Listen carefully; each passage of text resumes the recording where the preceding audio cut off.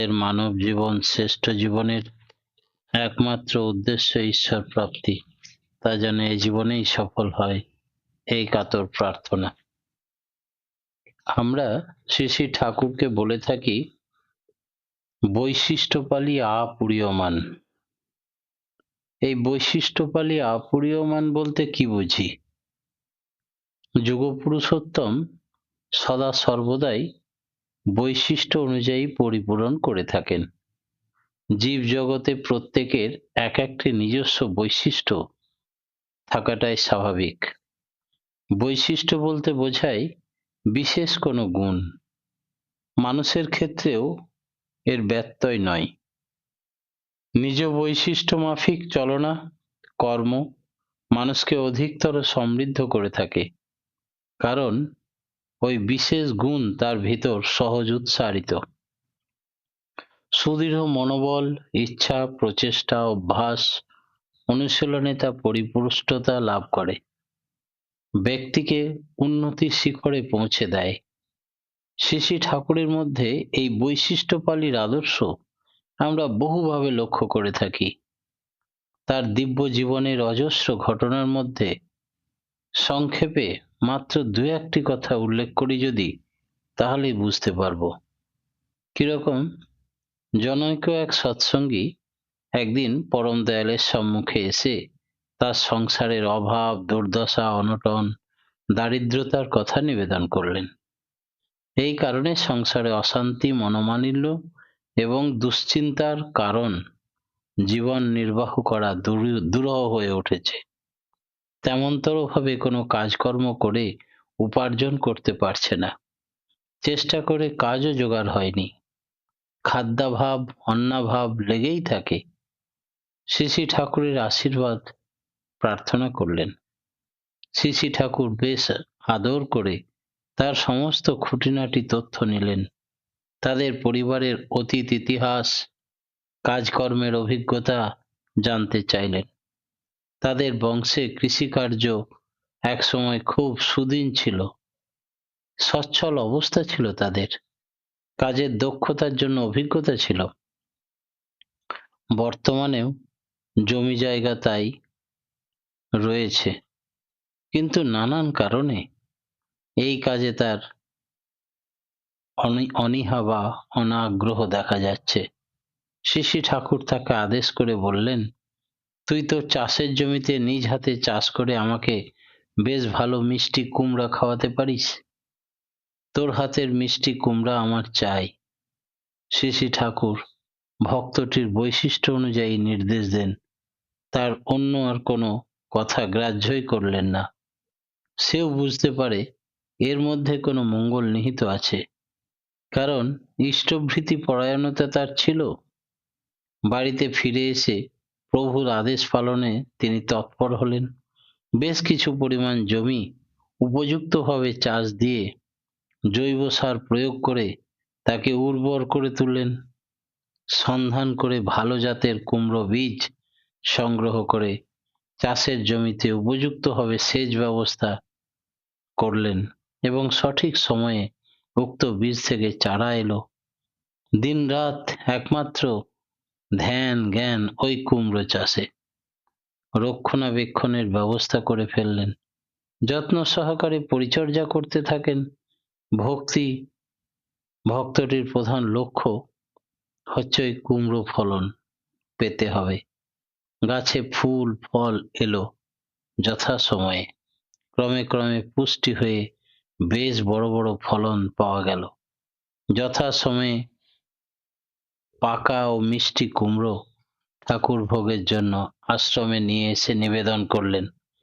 শ্রী শ্রী ঠাকুর এই মিষ্টি কুমড়াগুলি আনন্দে গ্রহণ করলেন।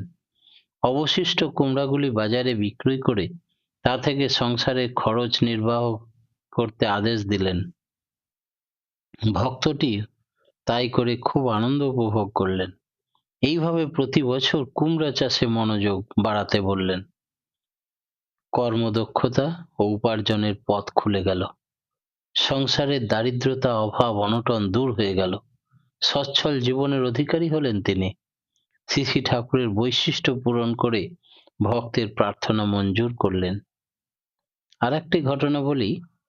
এক দুধ ব্যবসায়ী পরম দয়ালের সৎনামে দীক্ষিত। কোনো কারণে এই ব্যবসা থেকে সরে গিয়ে বিভিন্ন স্থানে কাজের সন্ধানে চাকরির জন্য ঘুরে বেড়াতে লাগলো। অথচ কাজ না পেয়ে দিন দিন অভাব দারিদ্রতা জীবন যাপন করতে লাগলো। উপায় না পেয়ে একদিন ঠাকুরের সান্নিধ্যে এসে তার দুঃখ কষ্টের কথা নিবেদন করলেন, আশীর্বাদ প্রার্থনা করলেন। শ্রী শ্রী ঠাকুর যাবতীয় সমস্যা শুনলেন, তার পরিবারের অতীত ইতিহাস জানলেন, গোপালনের আশীর্বাদ করেন।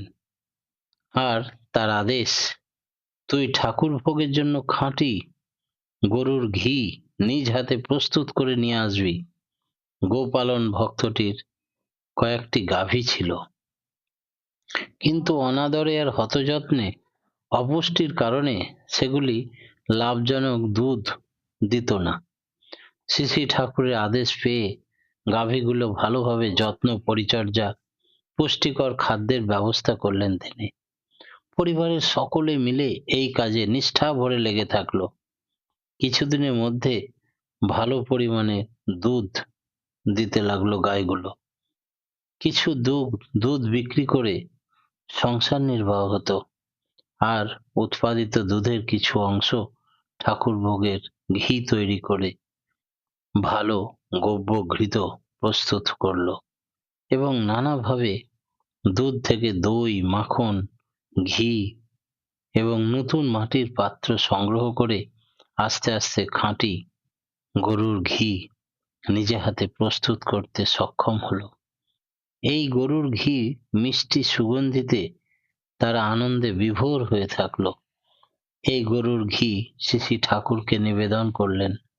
শ্রী শ্রী ঠাকুর ভক্তটি এইভাবেই খাঁটি গব্য ঘিতের ব্যবস্থা করতে নির্দেশ দিলেন এবং উপার্জনের পথ খুলে গেল। এই নির্দেশ মাথায় নিয়ে এই দাদাটি খাঁটি গাওয়া ঘিয়ের ব্যবসা করে বাজারে খাঁটি গাওয়া ঘি সরবরাহকারী হিসাবে বেশ প্রতিষ্ঠা লাভ করলো, অর্থ উপার্জন করলো, শ্রীবৃদ্ধি ঘটল, বৈশিষ্ট্যের স্ফুরণ ঘটিয়ে পরম দয়াল ভক্তকে যোগ্য করে তুললেন। শিক্ষা জগতেও দেখা গেছে অনেক ছাত্র যুবক, কেউ স্নাতক কেউ বা স্নাতকোত্তর পাশ করে ওই চাকরির আশায় হতাশায় নিমজ্জিত। কবে চাকরির ট্রেনটা আসবে সেই দিনে সে চাকরিতে পাবে। শ্রী শ্রী ঠাকুরের কাছে এসে সমস্যার কথা তুলে ধরে তার সিদ্ধান্তের কথা আশীর্বাদের জন্য প্রার্থনা জানায়।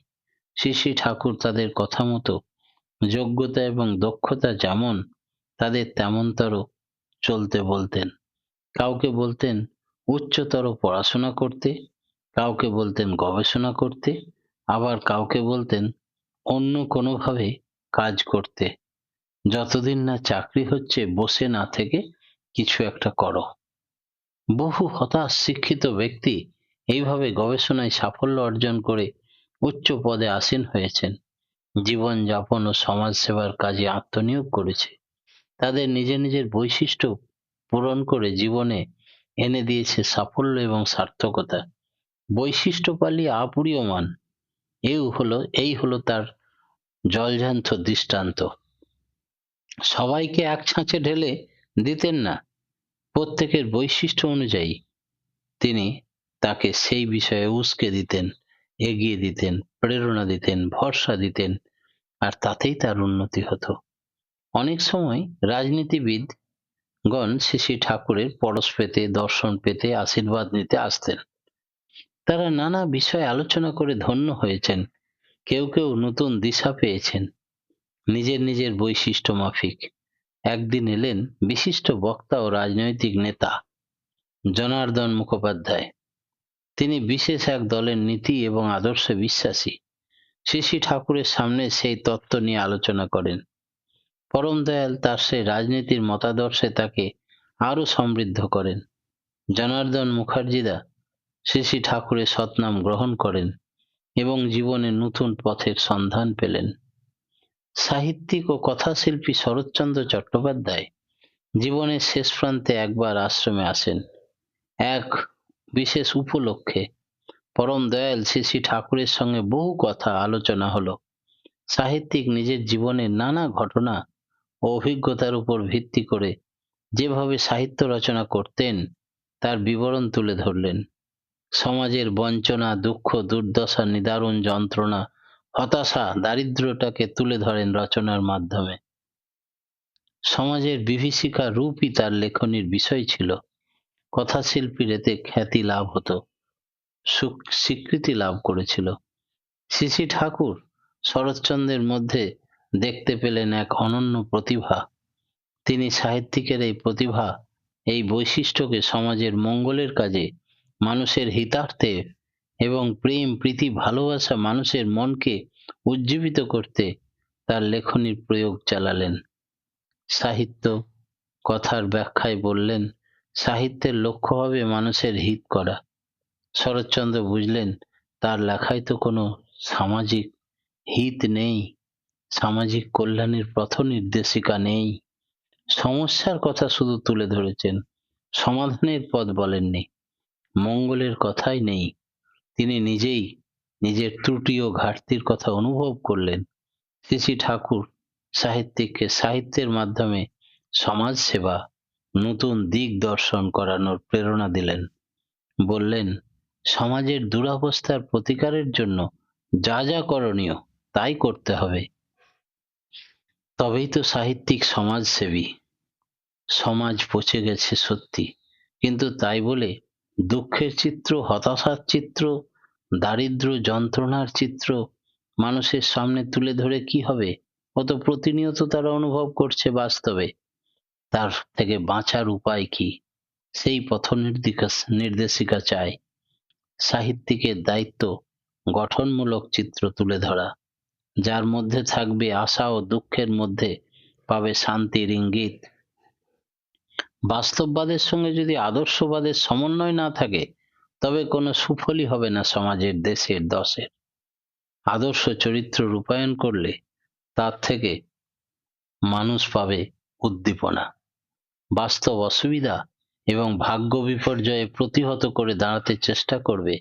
সাহিত্যের যদি পাঠকের মনে ভরসা সৃষ্টি করতে না পারে, কল্যাণের ইঙ্গিত দিতে না পারে, তবে সে সাহিত্যের মূল্য কতটুকু? শরৎচন্দ্র ঠাকুরের এমন করে কথাগুলো এর আগে কখনো ভাবেননি। এতদিন ভাবনার ধারণাটাই ছিল অন্য, উল্টে গেল তার রকম। তাই শুধু সমস্যার কথা এতদিন তুলে ধরেছি। যদি আগে আপনার সঙ্গে দেখা হতো, পরিচয় হতো, তাহলে আমার লেখনীর রূপ পরিবর্তন হয়ে যেত। সমাজ সংস্কারক হিসাবে সমাধান দিতেন। এখন কি আর করা যাবে শেষ বয়সে? দেখা যাক। শ্রী শ্রী ঠাকুর তাকে আরো কিছু নির্দেশ দিলেন। নতুন রচনার প্রাণ প্রতিষ্ঠায় শরৎচন্দ্র কলকাতায় ফিরে নতুন ভাবনায় শুরু করলেন নতুন ধারার জীবনমুখী সাহিত্য। আরম্ভ করলেন শুভ চেতনা দীপ্তি উপন্যাস বিপ্রদাস। পরবর্তীতে জীবনকালে তিনি অনেকের নিকট অনুশোচনা ব্যক্ত করেন এবং সাহিত্য রচনার গতি প্রকৃতি এমন হতো তা প্রথম থেকে যদি জানতেন, তাহলে সমাজকে অনেক কিছু দিয়ে যেতে পারতেন। তাই হিত সাধনায় তিনি শেষ বয়সেই ব্রতী হলেন। সাহিত্যিকের এহেন বৈশিষ্ট্য পূরণ করে পরম দয়াল আপূরীয়মান বৈশিষ্ট্যপালী তিনি তা প্রমাণ করে দেখালেন।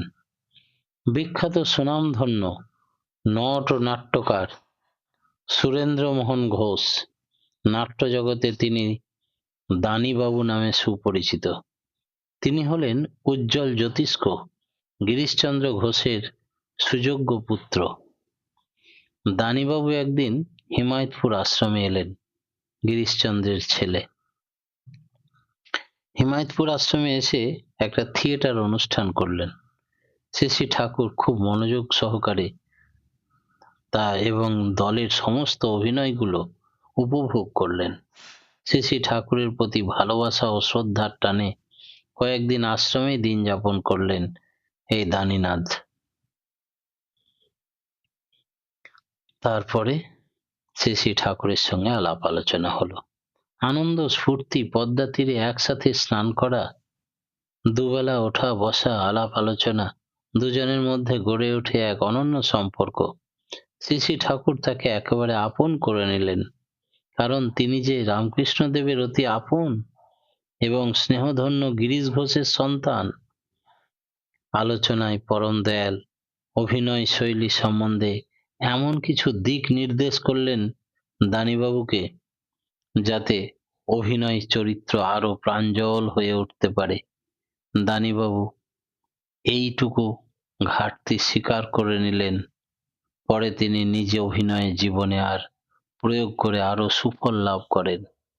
যে যেমন বৈশিষ্ট্যের অধিকারী তাকে তেমন ভাবেই পূরণ করে গেছেন ঠাকুর। এই হচ্ছে যুগ পুরুষোত্তমের বৈশিষ্ট্যপালীর লীলা। বিশ্ববিখ্যাত জাদু সম্রাট পিসি সরকার এক উৎসবে আশ্রমে এসেছিলেন নিজের পুরো দল নিয়ে জাদু প্রদর্শন করতে। শ্রী শ্রী ঠাকুরের সান্নিধ্যে এসে দর্শন প্রণাম করে আলোচনা করতে লাগলেন। জাদু সম্রাট ঐশী মহিমায় মুগ্ধ হয়ে সৎনাম গ্রহণ করলেন, আর জাদু সংক্রান্ত নানা টুকিটাকি বিষয় শ্রী শ্রী ঠাকুরকে তুলে ধরেন, যা থেকে জাদু সম্রাট এই বিষয়ে কিছু নতুন দিশা পেলেন এবং তার নিজ বৈশিষ্ট্যে তিনি তা প্রয়োগ করে আরো জীবনে সার্থকতা খুঁজে পেলেন। যে যে কর্নার দিয়ে আসুক না কেন, ঠাকুরের কাছে এসে তাকে শিখতে হয়েছে। সেই বিষয়ে সে আরো বেশি মহীয়মান গড়ীয়মান হয়ে উঠেছে। যার যেমন বৈশিষ্ট্য তার সেই বৈশিষ্ট্যে আরো পরিপূরণ করে দিয়েছেন শ্রী শ্রী ঠাকুর, মহিমান্বিত করে তুলেছেন পরমপিতা। এই হচ্ছে বৈশিষ্ট্যপালী আপরিয়মান। বৈশিষ্ট্যপালীর এরকম ঘটনা অজস্র। তার জীবনে প্রায় প্রতিদিনই কিছু না কিছু লক্ষ্য করা যেত। এক্ষেত্রে তার একটা বাণী আছে, সব সত্তারই আপূরণী পুরুষোত্তম তারে বলে, ব্যর্থ হলে তোমার জীবন সার্থকতায় ধরেন তুলে। সাধু সেজো না, সাধু হতে চেষ্টা করো। চরিত্রহীন ধন থাকতে ভাগ্যের অভাব কি, অলস্যহীন গুণ থাকতে দুঃখের অভাব কি। এবার আমরা আসি বৈশিষ্ট্যপালীর কাছে।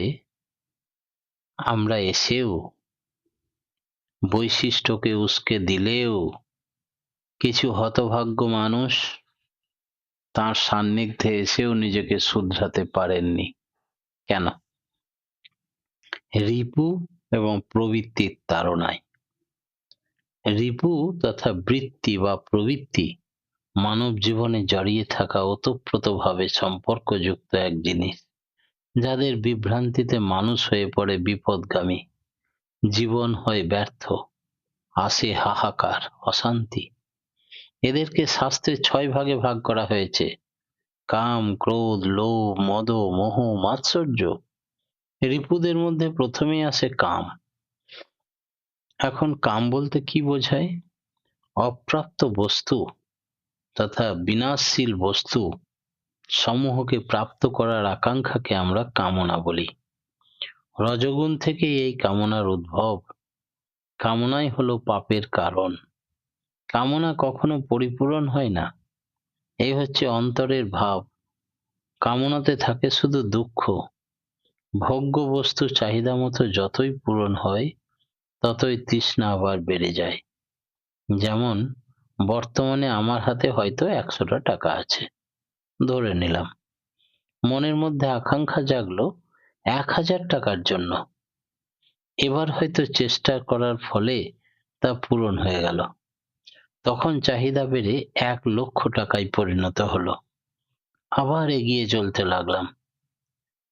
অন্যান্য ভোগ বস্তু, পোশাক পরিচ্ছদ, গৃহ বাসস্থান, খাদ্য, বিলাসদ্রব্য, সুখ ভোগ প্রত্যেক ক্ষেত্রে এইভাবে নতুন নতুন চাহিদা সৃষ্টি হতে থাকলো।